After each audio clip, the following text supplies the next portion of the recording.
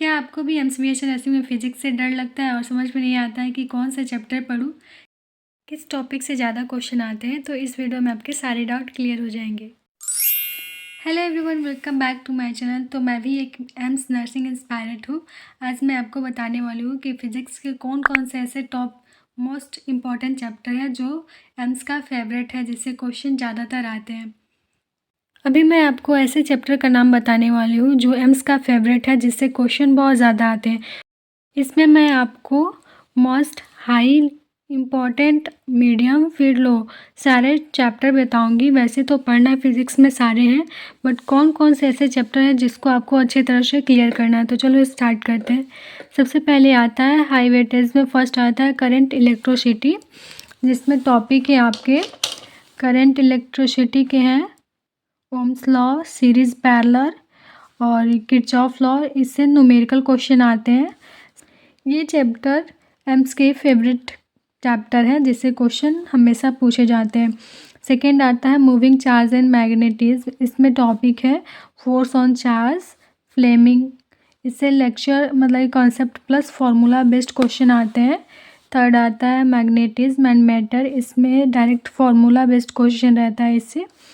और फोर्थ में आता है इलेक्ट्रिक चार्ज एंड फील्ड, जिसमें Coulomb's law and electric field, ये दो टॉपिक से क्वेश्चन आते हैं।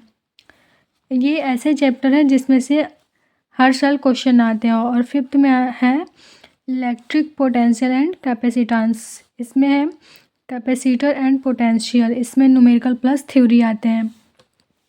तो ये है 5 फिज़िक्स में मोस्ट इम्पॉर्टेंट चैप्टर। अब थोड़ा मीडियम चैप्टर की बात करते हैं। तो इसमें मीडियम में आता है आपका रे optic, wave, EMI, AC and semiconductor. इसमें से कभी कभी क्वेश्चन आते हैं। और लो में आता है आपका unit and measurement, kinetics, law of motion and work, power and energy. ये चैप्टर लो में जाते हैं, मतलब कि पढ़ने आपको सारे हैं, लेकिन ये जो मोस्ट इम्पॉर्टेंट चैप्टर है इसको आपको अच्छे से कवर करना है। एंड इसके जितने भी आपका न्यूमेरिकल है, फॉर्मूला है, इसको आपको इस चैप्टर के अच्छी तरह से क्लियर करना है।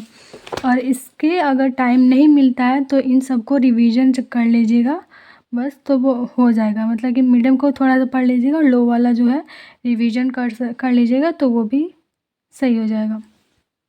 फिज़िक्स में सबसे इम्पॉर्टेंट आपका न्यूमेरिकल ही रहता है। अगर आपका न्यूमेरिकल स्ट्रॉन्ग है तो आराम से आपका सिलेक्शन हो जाएगा।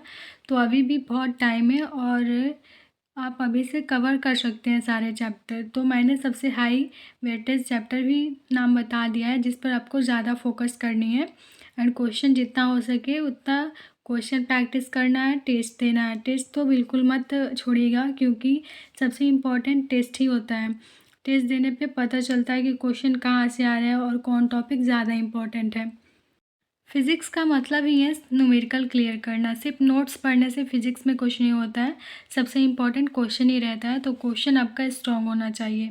और एम्स बेस में तो एम्स सिर्फ क्वेश्चन ही पूछता है, मतलब कि फ़िज़िक्स में ज़्यादातर क्वेश्चन ही आते हैं न्यूमेरिकल।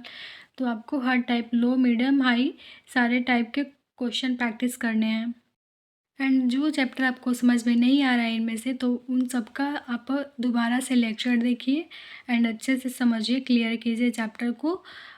लॉन्ग ज़्यादा वीडियो है, मतलब कि चैप्टर लॉन्ग है, तो उसका आप वन शॉट देख के क्लियर कीजिए, क्योंकि एक बार तो आपने बैच में पूरा देखा है, तो आप आराम से वन शॉट क्लासेस देख सकते हैं एंड क्लियर कर सकते हैं। तो अभी मैंने जो जो चैप्टर बताया है उसको मैं कम्युनिटी पोस्ट पे अपलोड कर दूँगी फ़ोटो, तो आप लोग वहाँ से देख लीजिएगा कि कौन कौन से चैप्टर है। वैसे आप स्क्रीनशॉट ले सकते हैं। आई होप कि आप लोगों के सारे डाउट इस वीडियो में क्लियर हो गए हों। तो आप लोग बताइए कि अगला वीडियो मैं किस टॉपिक पे बनाऊँ, कौन से चैप्टर पे बनाऊँ। तो ऐसे ही वीडियो के लिए चैनल को लाइक शेयर सब्सक्राइब कर देना, और कोई भी डाउट हो तो कमेंट में ज़रूर बताना। मिलते हैं कल एक न्यू ब्लॉग के साथ। Bye bye.